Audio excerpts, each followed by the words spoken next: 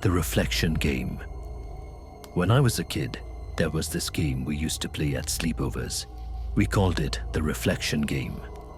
You stood in front of a mirror, alone, in the dark, lit only by a candle. The goal was simple. Stare into your own eyes for 1 full minute. No blinking, no talking. Just silence and the flicker of the flame. Most of us couldn't even make it halfway. They say your brain starts to panic when it sees stillness in your face, but not in your eyes.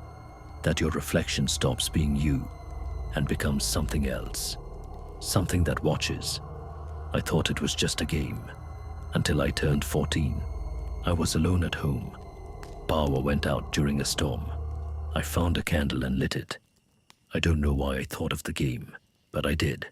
I stood in front of the mirror in our hallway and stared. 10 seconds in, my face blurred. 30 seconds, and the shadows behind me began to shift. At 50 seconds, my reflection smiled. I didn't. I backed away, heart pounding. The candle trembled in my hand, but the reflection, it didn't move. It kept smiling, even after I turned and ran. The next morning, the hallway mirror was shattered. My parents blamed the storm. But that night, as I passed the bathroom, I saw it again. Not my face, not my smile, but it was watching, waiting. I've covered every mirror in my house since then, and sometimes when I walk past the covered glass, I swear I hear it whisper, 59. The silent man in cabin 6. I worked the front desk at a remote mountain lodge. Only 7 cabins, no cell service, no internet, just silence, trees, and the occasional moose wandering across the trail. Most guests came for a digital detox, a weekend of peace, but not the man in cabin 6. He checked in late Friday night, no bags, no smile, just a driver's license, a wad of cash, and the words, 3 nights, no cleaning, no disturbances. I nodded, gave him the key, told him breakfast was served in the lodge. He didn't answer, just walked off into the dark. Saturday passed without a sound from cabin 6. Sunday, same thing. I passed by once while restocking firewood. Blind shut, door locked, no sound inside. Monday morning, checkout time came and went. At noon, I knocked, no answer. At 1, I used the master key. The cabin looked untouched, bed made, firewood stacked, not a single dish used. But on the desk, there was a notebook, open to a single page, written in sharp, neat handwriting. He only comes when it's quiet. I frowned, picked up the notebook. That's when I heard the click of the bathroom door. I hadn't seen it was closed. I turned, slowly. It opened, just an inch. Hello, I said. The girl in the locked room. It started when we moved into the old farmhouse. It was cheap, too cheap. But my parents were thrilled. 3 acres, a barn, and enough room for all of us. My little sister, Ellie, got the smallest bedroom upstairs, right next to mine. The only room we never used was the one at the end of the hall. The door was locked, no key. The realtor said it had always been that way. Just a storage room, she told us. The owners never opened it either. That night, Ellie told me she heard someone crying behind the door. I laughed it off. Just her imagination. First night in a new house. Probably scared. But the next morning, the wallpaper outside the locked door was peeled away, like tiny hands had been scratching at it. Probably the previous owners, Dad said. But Ellie didn't believe it. She said a girl was living inside the room. A girl who whispered through the keyhole at night. She's sad, Ellie said. She said she can't find her doll. I told her to stop making things up. But the next day, her doll was gone. We searched the whole house. Nothing. Ellie cried all night. That's when the knocking started, soft, slow, from behind the locked door. 3 knocks, always at 3:15 a.m. I tried staying up to catch it, but I kept falling asleep. One night, I heard Ellie talking in her room.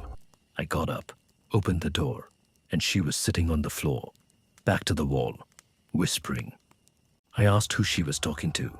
She pointed at the wall. She found her doll, Ellie said. She wants to show me something.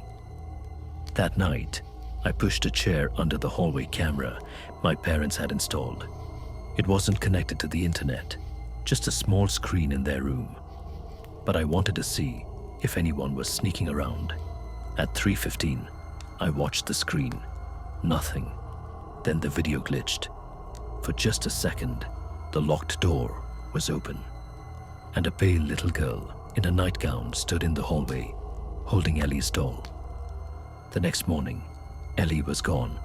Her bed was perfectly made, no sign of struggle. Just a single strand of her blonde hair caught in the doorknob of the locked room. The police searched the entire house.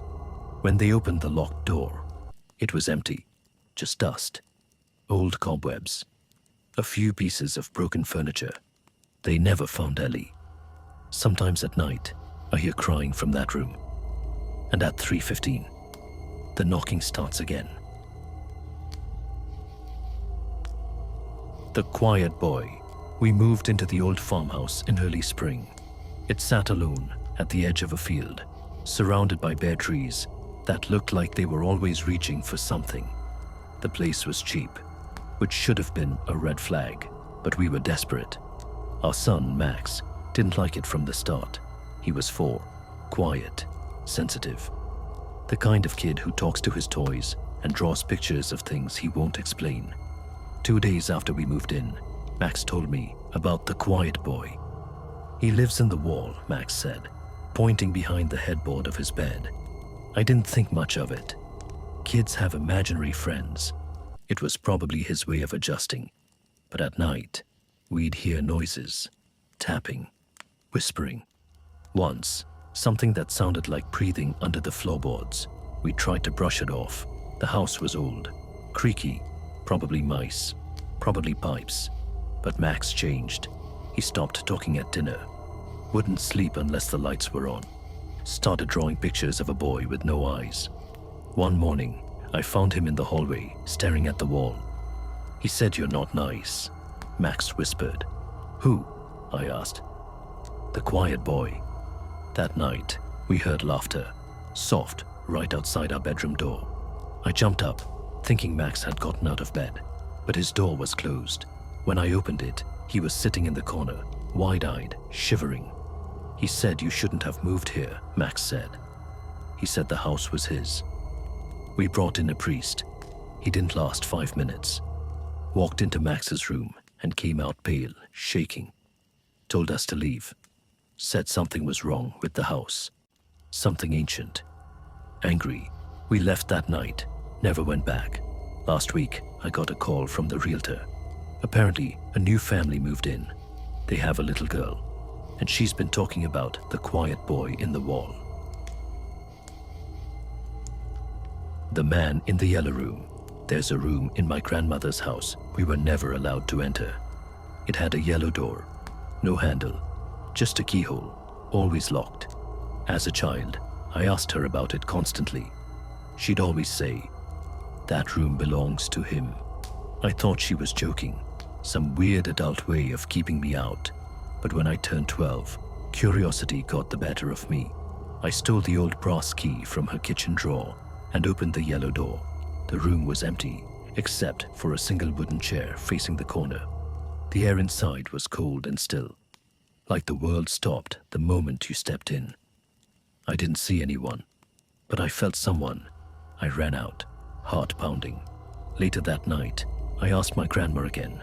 She looked at me, more tired than angry, and said, "I told you, that room belongs to him." "Who's him?" I asked. Her voice dropped. "The man who used to live here, the one who never left." I never opened the yellow door again. But sometimes, when I visit, I see the chair is turned, facing the door, and someone is sitting in it. Don't blink. There's a statue in our town. Old, weather-worn, looks like an angel, but with no face. Just a smooth oval where the features should be. Everyone calls it the Watcher. I used to pass it every day on my walk to school. One morning, I noticed something strange.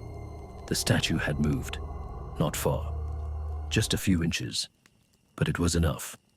I told my parents. They brushed it off, said it was my imagination. Then other kids started noticing it too.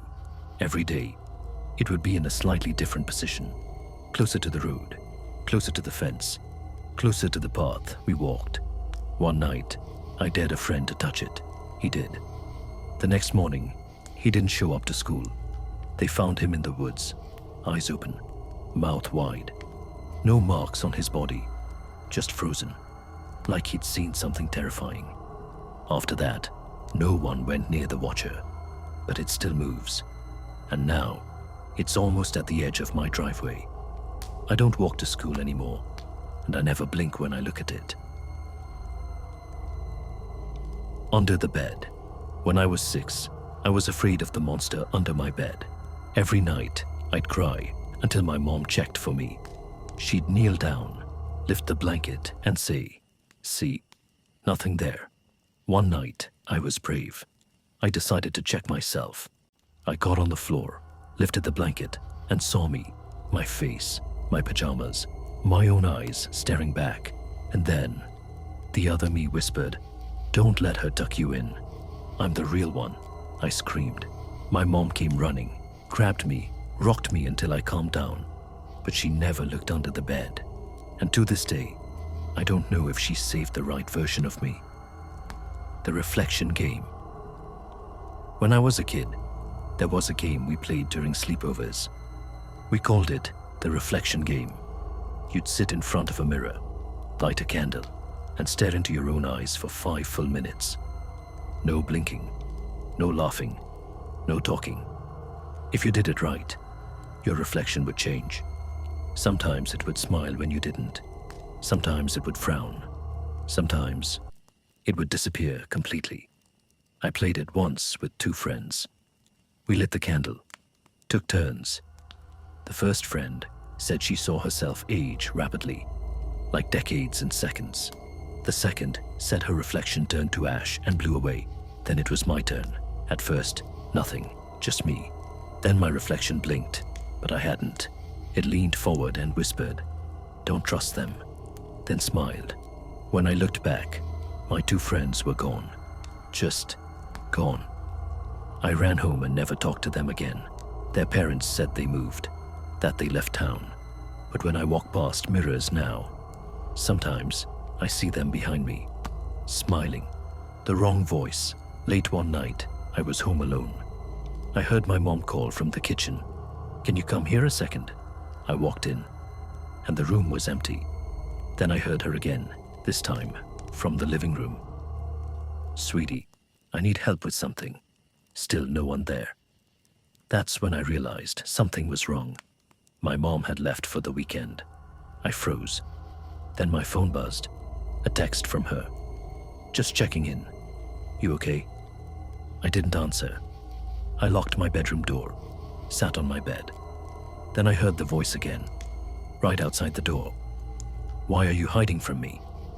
It was her voice, but it wasn't right. Too slow, too sweet, like someone trying to remember how a mother sounds. I didn't sleep that night, and when my mom came home the next day, she knocked. She didn't speak. She knew better. The locked room. In college, I lived in an old house with 4 other people. It had a strange layout, narrow halls, slanted ceilings, and one room we weren't allowed to enter. The landlord kept it locked, said it was for storage. We didn't think much of it until things started happening. Footsteps at night, soft knocking behind the locked door. Once, a roommate swore they heard whispering coming from inside. We tried asking the landlord again. He just said, "Don't open that door." One night, we got drunk. Curiosity won.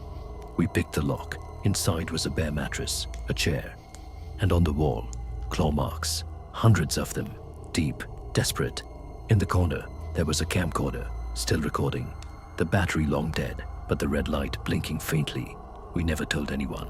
We moved out the next day. But sometimes, I dream of that room. and someone whispering from the other side of a locked door, calling my name. Next story, I got a call from an unknown number at 2:17 a.m. Normally, I'd ignore it, but something about the silence in the room made me answer.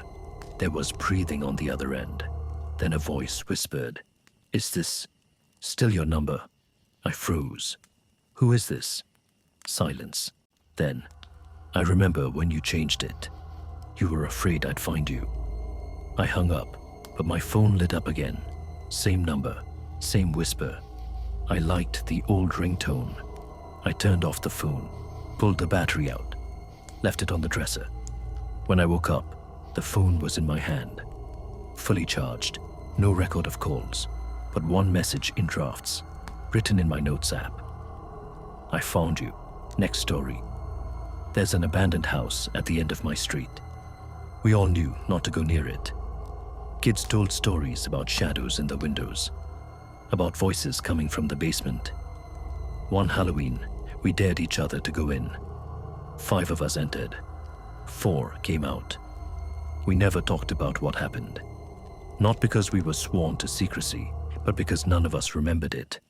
Our friend, Jamie, was just gone. Police searched the house. Nothing. His parents moved away. We all grew up, left town. 10 years later, I went back to visit. The house had been torn down, but that night, I found a photo under my pillow. A photo of the 5 of us inside the house. Jamie was smiling, but he looked older. Next story. When I was little, my grandma had a doll she kept locked in a glass case. She said it was a family heirloom, too special to touch. But one night, when I was staying over, I heard a soft tapping. I followed the sound to the case. The doll was staring at me, its tiny hand resting on the glass. I ran to wake Grandma, but she wasn't in her bed. She was sitting in the living room, staring at the doll. "It's her turn now," she whispered. "What do you mean?" But she didn't answer. The next morning, the case was empty, and my grandma was gone. No trace, no goodbye. Just a note on the floor. She always chooses. Next story. It started with the footsteps. I live on the 10th floor of a locked apartment building. No pets, no children. I know every sound this place makes. But one night, around 3 a.m., I heard slow, deliberate footsteps in the hallway. Not pacing, not wandering, just walking from one end of the hall to the other, then stopping. I looked through the peephole. Nothing. But the footsteps came again the next night, then the next, always at 3 o'clock sharp. One night, I stayed up with the baseball bat in my hands. The footsteps began. I counted them, 12 paces, a pause, 12 back. I flung open the door. The hallway was empty, no sound, no movement, but there were wet footprints on the floor. They stopped right in front of my door. I checked the security footage in the morning. At 3 a.m., the cameras glitched out for exactly 12 seconds. And when they came back, my door was wide open. Next story, I bought an old mirror at a thrift store. Antique, carved wood frame, dusty glass. I hung it in my bedroom because it looked cool. The first night I had it, I saw movement in the reflection. Just a flicker, like someone walking behind me. But when I turned around, I was alone. I thought maybe it was my mind playing tricks. Then things escalated. Every night, I'd wake up facing the mirror, even if I fell asleep in a different position. One night, I woke up and saw my reflection blinking, but I wasn't. I stared at it, frozen. My reflection tilted its head slowly, then smiled. I got up to take the mirror down, but it wasn't on the wall anymore. It was standing in the corner of the room, facing my bed. The next morning, it was back in place, bolted to the wall like it had never moved, but the dust on the frame was on the inside of the glass. Next story. 3 months ago, my brother died in a car crash. We weren't close anymore. He moved to another state, started a new life. We barely talked, but after his funeral, I started getting emails from him. At first, I thought it was some kind of cruel prank. The messages were short, cryptic, Cold here. Not sleeping. Where are you? I blocked the address. They kept coming. I changed my email. They followed me. Then the messages got longer. I remember the night you locked me out. You were mad. You left me there. I read that one over and over. I remembered the night. It was years ago. We were teens. I locked him out of the house as a joke and forgot about him. He spent the night outside in the cold. He never mentioned it again. Until now. The last message I got simply said, "I'm outside." There was no sender name, just an attached photo. It was taken from my front porch, through the window, of me reading the email. I used to work the overnight shift at a gas station off a quiet highway. It was usually uneventful. A few truckers, the occasional lost tourist, maybe a teenager buying energy drinks at 2 a.m. But one night, a woman walked in, barefoot, pale, wearing a white nightgown soaked from the rain. She didn't say anything, just walked straight to the security monitors behind the counter and stared at them. I said, "Ma'am, are you okay?" She didn't answer, just kept watching the screens. Then she whispered, "Where did he go?" I looked at the monitors. All of them showed the same thing, static, except one. Camera 3 showed a man in a suit, standing motionless in aisle 5. There was no one in aisle 5. I turned to check, empty. When I looked back at the monitor, the man had turned to face the camera, still not moving. I glanced at the woman. She was gone. The front door hadn't opened. I checked the whole store, empty. I replayed the footage the next morning. There was no woman, no man. But for 7 seconds, at exactly 3:13 a.m., every monitor flickered to show the same aisle, and a single word scratched across the screen in static: "Run." Next story, there's a road in my hometown that nobody talks about. Old Mill Road. It's not on any GPS. You have to know where to turn. Past a rusted fence, through a patch of dying trees. Local legend says, if you drive down that road after midnight, with your headlights off, someone will join you in the back seat. I didn't believe it. So one night, I tried it. I drove slow. No lights. Just the hum of the engine and the crunch of gravel under the tires. Halfway down the road, my radio turned on by itself. Just static. Then, a voice. Faint. "You left me here." I looked in the rearview mirror. Someone was sitting in the back seat. I slammed the brakes and turned around. No one. Just an empty seat and the faint smell of wet earth. But when I looked forward again, I wasn't on the road anymore. I was parked in front of a house, my childhood home. I hadn't been there in years, and standing on the porch was me, except older, paler, eyes sunken, smiling. He raised a hand and waved. I turned the car around and drove until I saw streetlights again. I never found Old Mill Road after that night, and every now and then I catch a glimpse of my car in my rearview mirror, not behind me, but on the road I'm driving. Next story, I inherited a house from an uncle I barely knew. The will came out of nowhere. No one even told me he'd died. Just a letter from a law firm and a key inside a small box. The house was way out in the country. 2 stories, weathered wood, broken fence. Looked like no one had lived there in years. But inside, everything was spotless. Furniture covered in plastic, a full pantry, power and water still working. On the mantel was a photo of my uncle, standing next to me, but I never remembered meeting him. That night, I heard footsteps above me, heavy, slow, deliberate. I didn't sleep. The next day, I checked every room upstairs. Nothing. Until I got to the attic. It was locked from the outside, with 3 deadbolts. I didn't have the keys, but every night, I heard the footsteps again, and whispers, low, urgent, saying my name. Finally, on the 5th night, I took a hammer and broke the door open. The attic was empty, except for a bed, a dusty mattress with restraints nailed to the frame, and a mirror on the ceiling. On the wall was a single line, written in thick red paint. Don't let him out again. I moved out that night. The law firm that contacted me doesn't exist. Next story. My grandmother warned me about the man with the briefcase. She said he came to people who were about to die, not to kill them, just to be there, to watch. He doesn't make noise, she said. He just waits. I thought it was one of her stories, an old superstition, until the night she passed. I was in the hospital room with her, alone.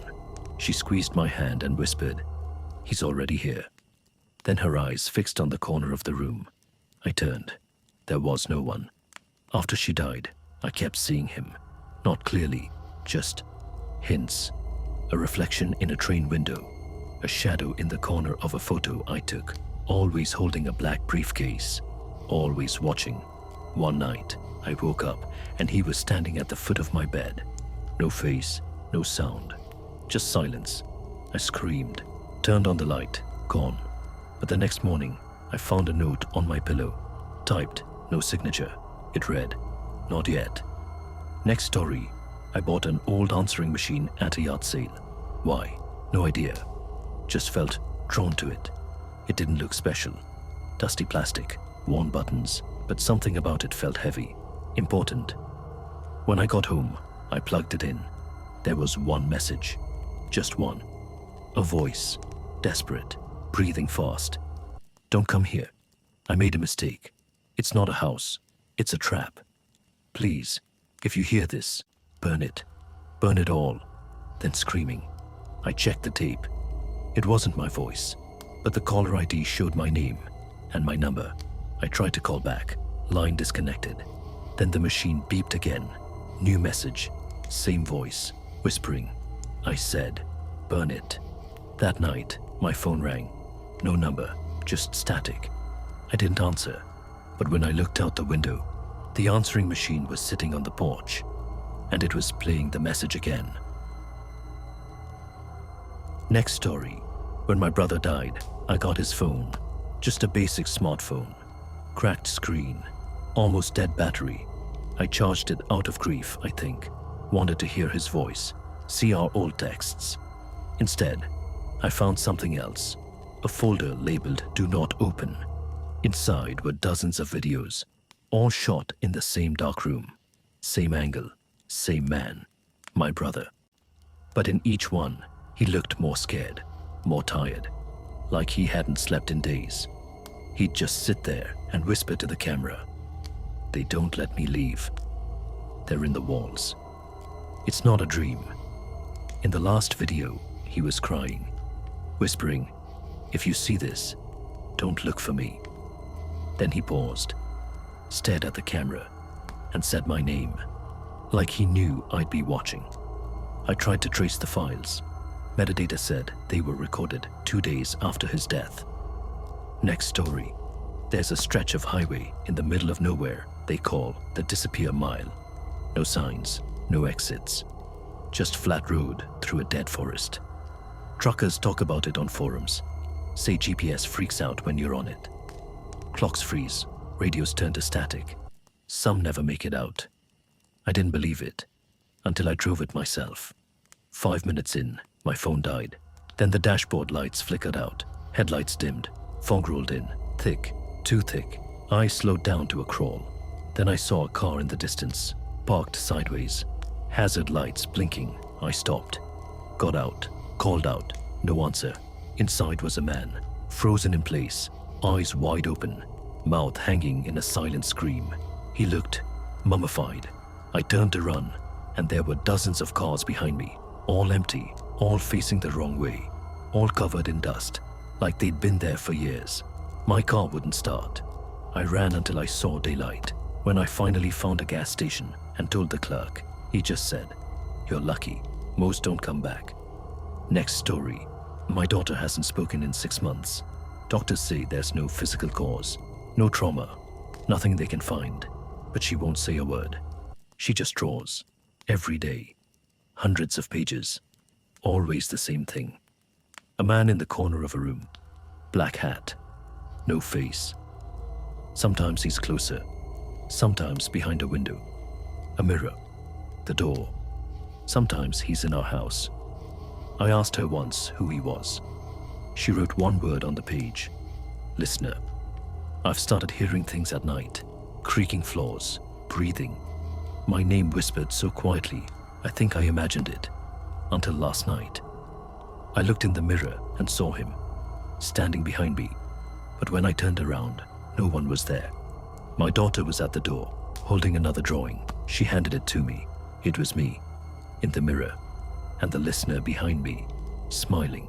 Next story, I used to rent a room from an old man named Clive. The house was huge, creaky, filled with antiques that looked like they hadn't been dusted since the 1800s. Clive mostly kept to himself, except for one rule he made very clear: don't open the attic. Ever, no matter what you hear. I thought it was just some eccentric old man paranoia, until the scratching started. It came around 2 a.m. every night, soft at first, like a rat maybe, then louder, heavier, like something was pacing or dragging. I asked Clive about it. He just said, ignore it. It gets worse if you listen. I didn't sleep much after that. One night, I couldn't take it. The noise was unbearable. Thumping, breathing, a low, wet growl. So I crept upstairs and stood at the attic door. It was silent now, but something moved underneath. I reached for the knob, and Clive grabbed my wrist. He didn't yell, just whispered, if you open it, you feed it. I moved out the next morning. 2 weeks later, I saw the house on the news. Clive was missing. They said the attic door was ripped off its hinges. Next story, my neighbor's kid disappeared last fall.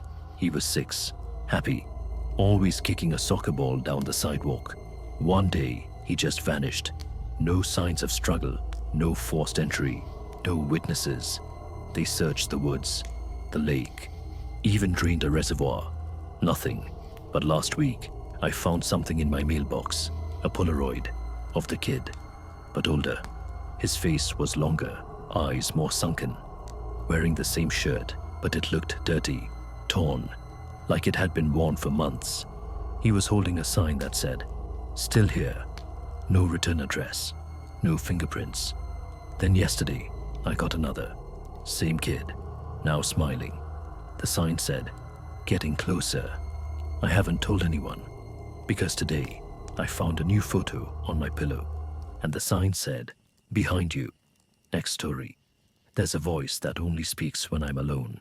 It doesn't yell, it whispers, always in the same tone, calm, cold. At first, I thought it was stress, maybe hallucinations, but it knew things, private things. It told me where I left my passport when it was lost. It warned me a second before a car ran a red light. It whispered, duck, the day a brick fell from a construction site.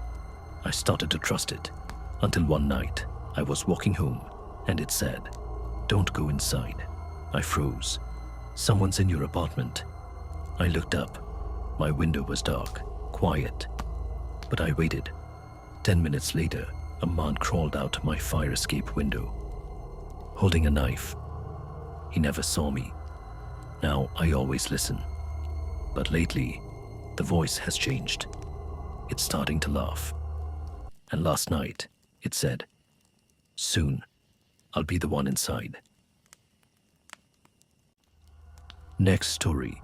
When I was a kid, my grandma told me we had a family guardian, a shadow that followed us, protected us, but only if we fed it.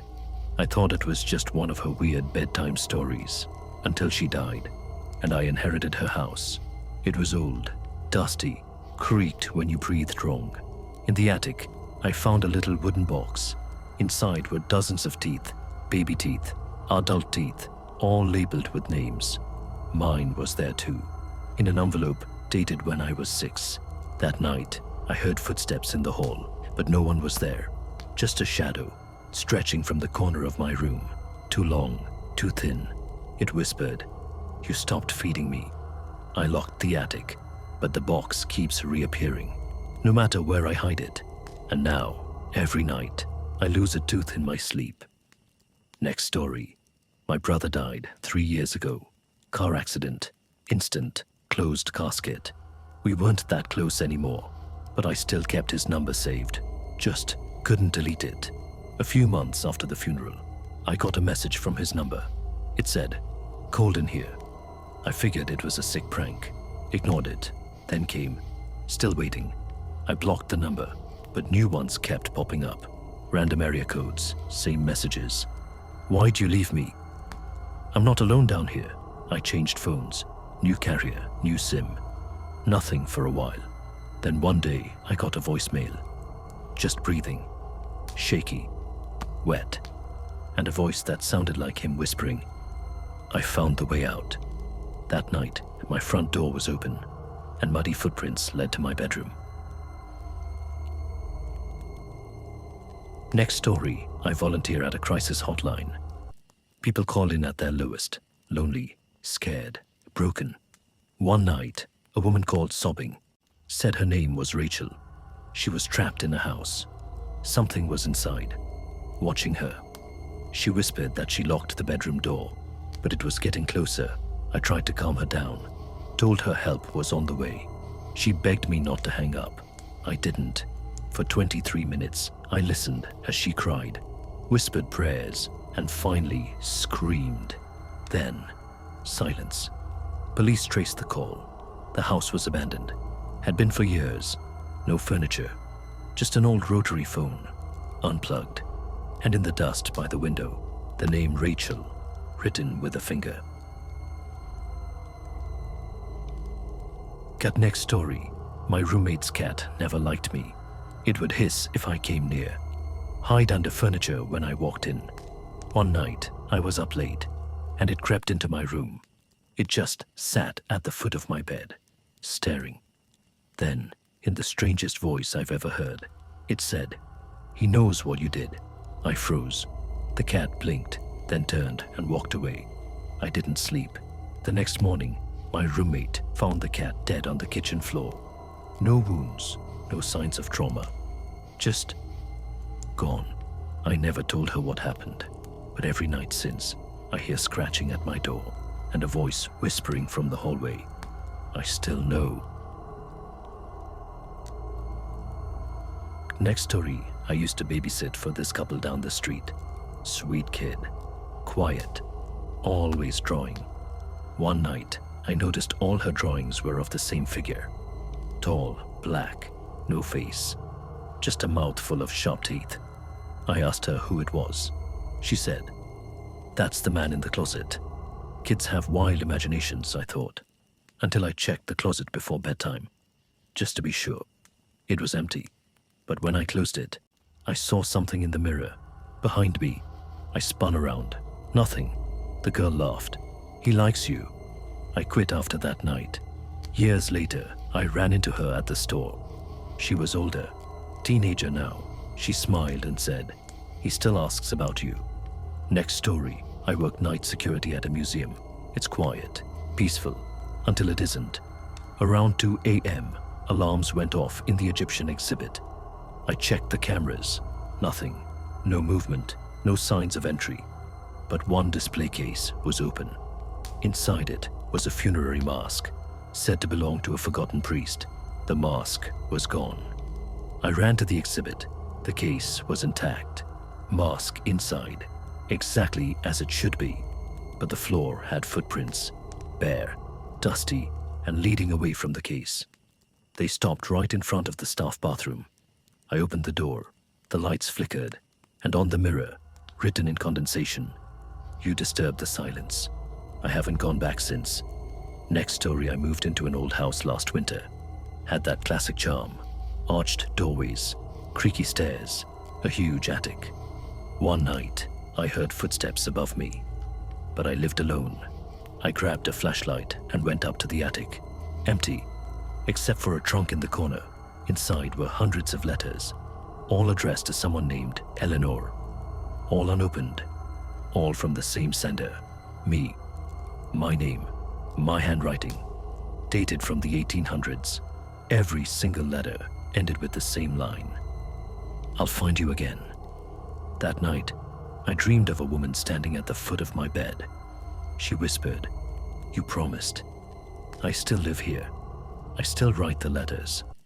I don't know why, but I always end them the same way. Next story. A man came into the diner every Thursday. Same booth, same meal. Never spoke.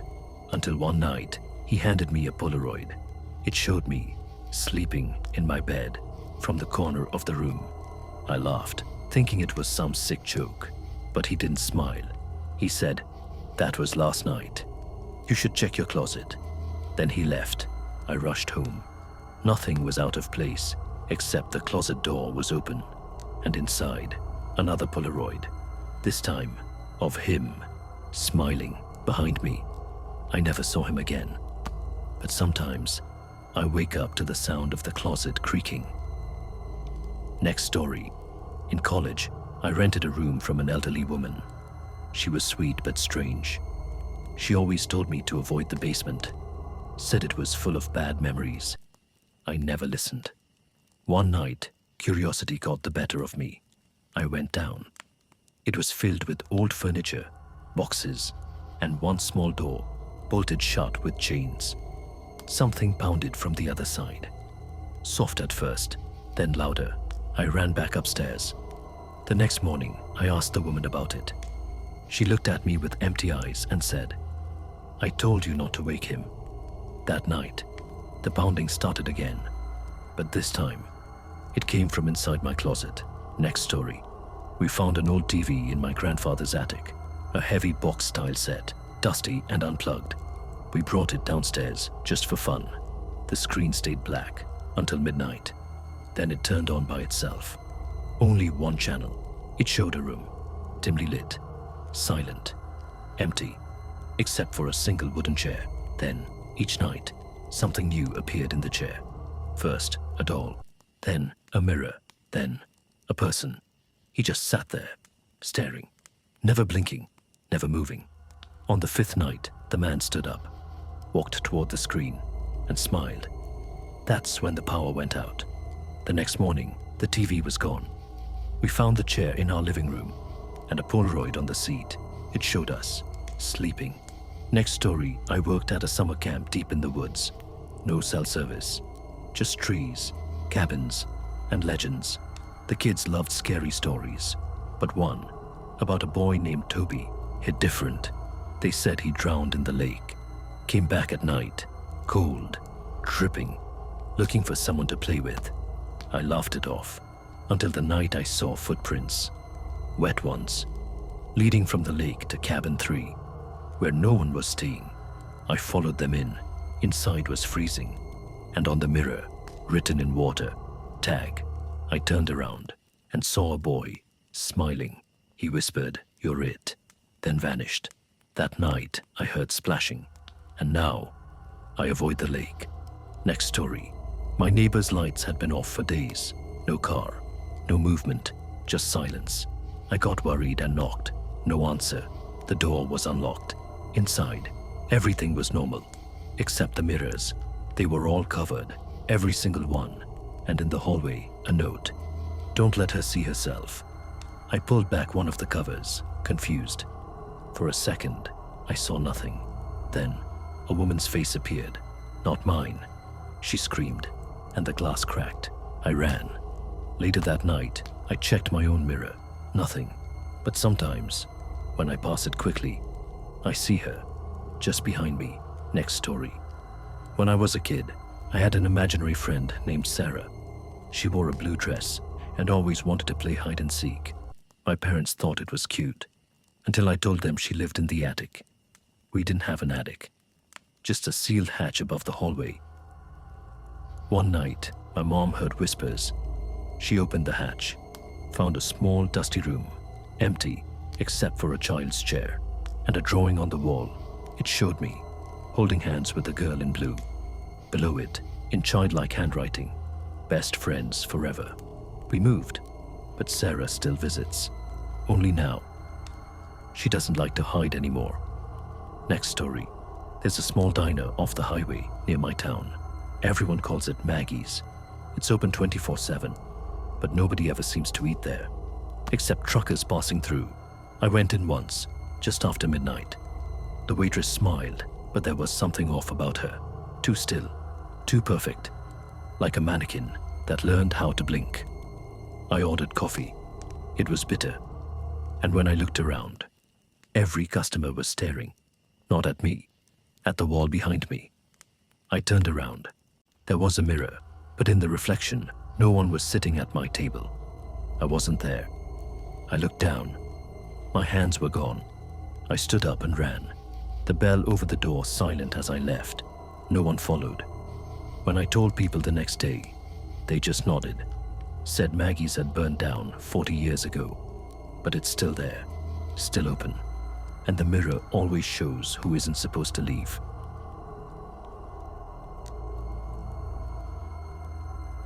Next story, I found a camera at a thrift store. Old, heavy, still had film in it. The clerk said it had been dropped off anonymously. No one knew who owned it. I took it home and developed the photos. Every one of them was of me, sleeping, eating, typing. Some were taken from inches away. I live alone. The last photo was from that morning. Me, standing at my front door, holding the camera, smiling. Next story. There's a forest near our town where people don't go after dark. They call it the echo wood, because if you call out, something answers. Not your voice, something else. My brother dared me to go in one night.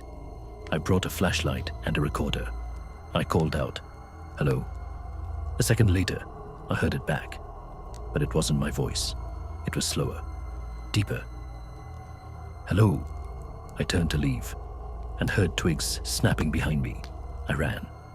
When I played the tape back later, there was another voice on it. Not mine, not the echo, just a whisper. "Stay." Next story. When I moved into my new apartment, I found a notebook in the closet. First page said, "If you're reading this, don't turn around." I laughed, turned around. Nothing there, but the notebook kept going. Each day, a new entry would appear, written in different handwriting, sometimes neat, sometimes frantic, sometimes soaked in something red. One entry said, "Don't sleep in the bedroom." I did anyway. That night, I dreamed of hands pressing on my chest, a voice in my ear whispering numbers. When I woke up, the walls were covered in tally marks, and the notebook was open to a new page. Now it's your turn to write. Next story. When my grandfather died, we found a locked room in his basement. No key, just a heavy iron door with carvings I didn't recognize. Symbols that looked burned into the metal. My dad wanted to seal it off, but I couldn't stop thinking about it. One night, I went down alone, and the door was open.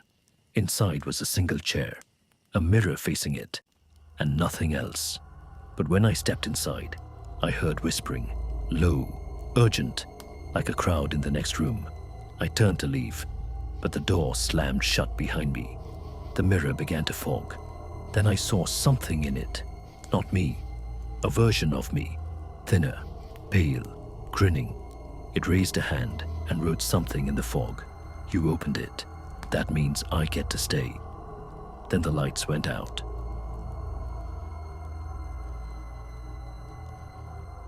Next story. My sister used to talk to someone in her closet. She said his name was Mr. Cold. We laughed it off until she stopped sleeping, until she stopped eating. She said Mr. Cold didn't like when she talked to us, said he was jealous. One night, I heard her whispering in the dark, so I crept to her door and listened. There were two voices, Heron and his, except it didn't sound human. It sounded like wind through broken glass. I burst in. She was sitting in the closet, smiling. Behind her, the shadows shifted. Two glowing eyes blinked open. We moved that night. She never spoke again. Next story. There's a number you can call. Late at night, only from a payphone.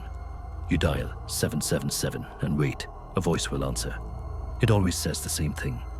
What do you want most? If you answer truthfully, it will tell you where to find it. But the cost, it tells you that too. A friend of mine tried it. Said he wanted to be famous. 3 days later, his face was everywhere. News, internet, TV. They found him in a motel room. Hands broken, eyes gouged out, mouth carved into a smile. He was famous, all right. Still is. But no one knows who made the call or who answered. Next story. My dog started barking at the ceiling every night at 3:13 a.m. Not the door, not the windows, the ceiling. I thought maybe it was a mouse, until I started hearing it too. Scratching, crawling, breathing. One night, I stayed up with my phone light. Right on time, the barking began. Then, a voice from above. It whispered my name. I froze. The ceiling bulged, like something pressing from the other side. My dog went silent, and then the drywall cracked. Just a whisper now, inches from my face. Found you. Next story. I bought an old mirror at a yard sale. Antique frame. Cracked edge. It looked cool. Vintage. But the seller seemed too eager to get rid of it. First night, it hung in my hallway. I heard footsteps. Second night, I saw shadows in the reflection, moving when no one was there. Third night, I caught my reflection blinking out of sync. I covered the mirror with a sheet. Next morning, the sheet was gone. The mirror was clean. Too clean, and scratched into the glass were 3 words. Let me out. Next story. My neighbor passed away last winter. Old man, lived alone, quiet type. A few days after his funeral, I heard music coming from his house. Old jazz, slow and scratchy, like a record player spinning in an empty room. I called the cops. They checked. Said the house was locked, empty. Next night, same thing. So I went over, broke a basement window and climbed in. The house smelled like dust and mothballs, but the music was louder now, coming from upstairs. I followed the sound to a room with the door closed, pushed it open. Inside was my neighbor, sitting in a rocking chair, dead. Same clothes from the funeral, and a record spinning on a player next to him. His eyes were open, and he turned his head to look at me. Next story. When I was a kid, my grandma warned me never to answer the door after midnight. She said the dead sometimes knock, but they don't like being ignored. I thought it was just one of her creepy old tales. Until one night, at 12:17 a.m., someone knocked. Soft at first, then harder. I looked through the peephole, no one there. But the knocking kept going. My phone buzzed, a text from an unknown number. Answer it. I didn't. The knocking stopped. But in the morning, there were scratch marks on the door, and a note wedged in the frame, in crooked handwriting. Next time, I'll come in. Next story. There's an abandoned hotel outside my town. People say it's cursed. Teenagers go in on dares. Not all of them come back. I went in with my cousin one summer. We joked around, took photos.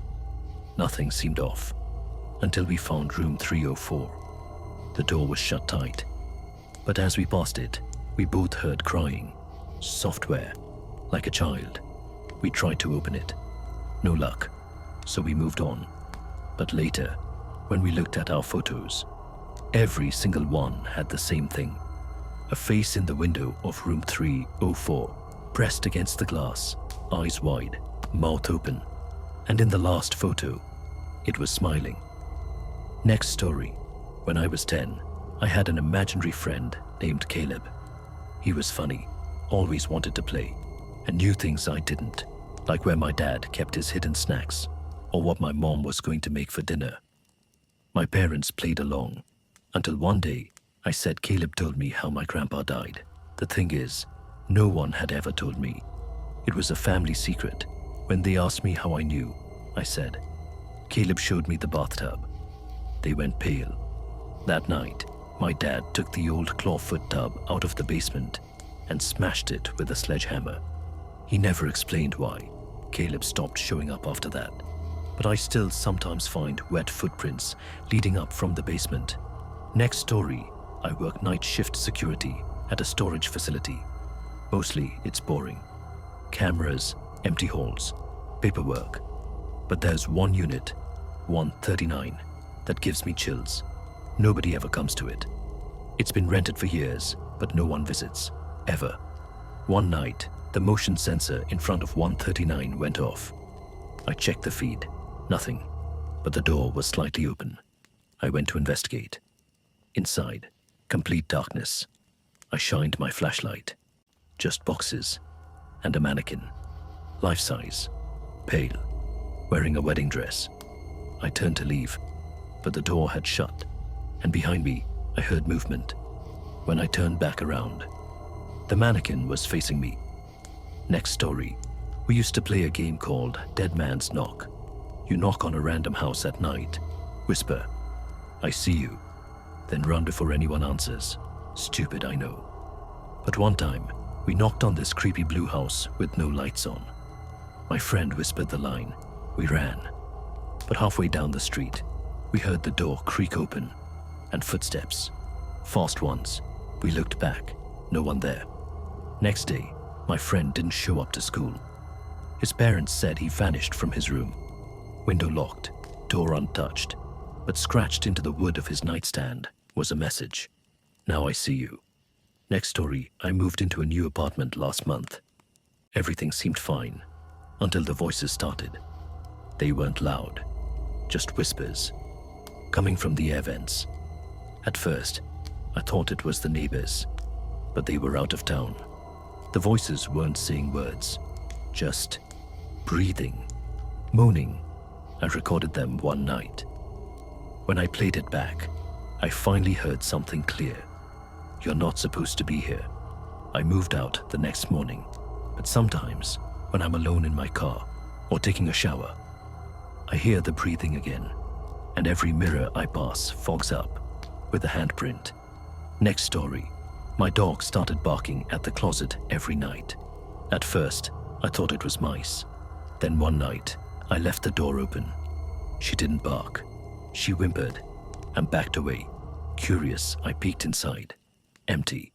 But the next morning, her favorite toy was in the closet, and I never put it there.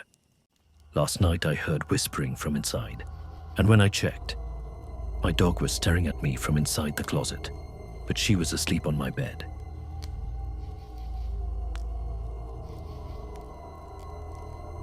It started with a phone call. I was getting ready for bed when my landline rang. Strange, no one ever calls it. I picked up, and a child's voice whispered, "Don't let him in." That was it. Just 5 words. Then silence. I stood there, phone still to my ear, confused. Probably a prank. Kids messing around. I shook it off and went to brush my teeth. But then there was a knock at the door. A slow, heavy knock, 3 times. I live alone, and I wasn't expecting anyone. I peered through the peephole. No one. But the porch light was flickering, and I had the unsettling sense someone had just been there. I locked the door, turned off the lights, and tried to sleep. The next night, it happened again. Same time, same call, same whisper. "Don't let him in." This time, the knocking started before the call ended, and this time, I saw someone through the peephole. A man, tall, thin, wearing a suit that looked decades out of fashion. His head was tilted slightly, like he was listening. I didn't move, didn't breathe. After a few minutes, he walked away. The next morning, I found something wedged in my doorframe. A photograph, black and white. It showed my house, but it looked older, like the photo was taken 50 years ago. And in the photo, standing on the porch, was the man. Every night since then, the call comes. Don't let him in. Sometimes I hear breathing on the other end. Sometimes I hear scratching on the walls. Last night I unplugged the phone. He knocked anyway. And this time, he whispered my name. I live on the 15th floor of an old apartment building. The elevator's always been weird. It groans, it stutters, it takes longer than it should between floors. But last week, something changed. I got in as usual, pressed 15. The doors started to close, then stopped. Someone had slipped in at the last second, but no one was there. I laughed nervously. Maybe a glitch. Maybe someone pressed the button and changed their mind. The doors shut. The elevator began to rise. Then it stopped on floor 10. The doors opened. Still no one. The lights flickered. The air felt heavier. I pressed close. Pressed 15 again. It moved. Stopped on floor 12. Doors opened. Again. No one. But this time, I could feel something. A presence. Like the air had weight. Like someone was watching me from just out of sight. I hit the door close button harder this time. The elevator groaned and kept moving. When I reached 15, I bolted out and didn't look back. But the next night, it happened again and again. Now it always stops on 10 and 12. Always opens to nothing. But I hear footsteps, soft ones, like someone pacing just outside the frame of reality. Last night, I didn't get out. I rode it back down, and it stopped on a floor that doesn't exist. The button panel didn't show a number, just a flickering red dot. The doors opened, and it was pitch black. Not like a dark room, like nothing. I didn't step out, but something tried to step in. I slammed the close button until it worked. When I got back to the lobby, my shoes were wet. Today, the building posted a sign. Elevator undergoing maintenance. Please use stairs. But they didn't put it up. No one did. And tonight, when I walked by, the elevator doors were open, waiting. Next story. My sister disappeared 2 years ago. No one could explain it. One day she was home. The next, gone. No sign of forced entry. No suspicious calls. Just a missing girl and a shattered family. We tried everything. Flyers, police, private investigators. Nothing. But last week, I got an email. No subject. No text. Just a single attachment. A photo. It was her. Standing in a forest I didn't recognize. Pale. Thin. Eyes wide like she hadn't slept in weeks. But it was her. The metadata said it was taken the day before. I didn't tell anyone. I just packed a bag and followed the coordinates embedded in the image file. They led to a dense forest 2 states away. Middle of nowhere. I parked and hiked in. No trails, just trees. For hours, nothing. Until I found a phone. It was half buried in the dirt, screen cracked, dead. But it had a case, purple, with a faded sticker of a cartoon fox. Her case. I kept going. Then I found a backpack, heroin inside, an empty water bottle, a torn piece of map, and a note scribbled in pencil. If you find this, it's already too late. That night, I set up camp. I didn't sleep. Around 2 a.m., I heard laughter, childlike, high-pitched, twisted. It echoed between the trees. Then, footsteps, soft at first, then faster, closer.